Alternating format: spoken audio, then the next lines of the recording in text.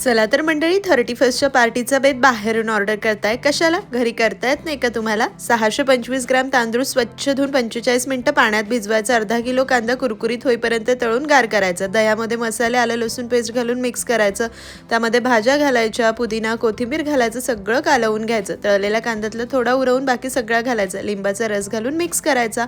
भात शिजवण्यासाठी पाण्यामध्ये खडे मसाले, मीठ घालून छान अशी उकळी येऊ द्यायची. तोपर्यंत हंडीमध्ये तेल घ्यायचं, खडे मसाले, मॅरिनेट केलेल्या भाज्या घालून मिक्स करायच्या. पनीर घालायचं, मंद आचेवर 5 मिनिटं छान परतायचं. गॅस बंद करून बाजूला ठेवायचं.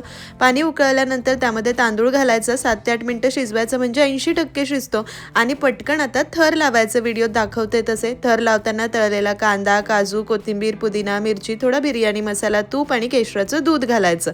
छान असं घट्ट झाकण लावायचं. तव्यावर हांडी ठेवायची. 20 मिनिटे मंद आचेवर दम द्यायचा आणि व्हेज दम बिर्याणी तयार. सविस्तर रेसिपी चॅनलवर आहे, नक्की पहा.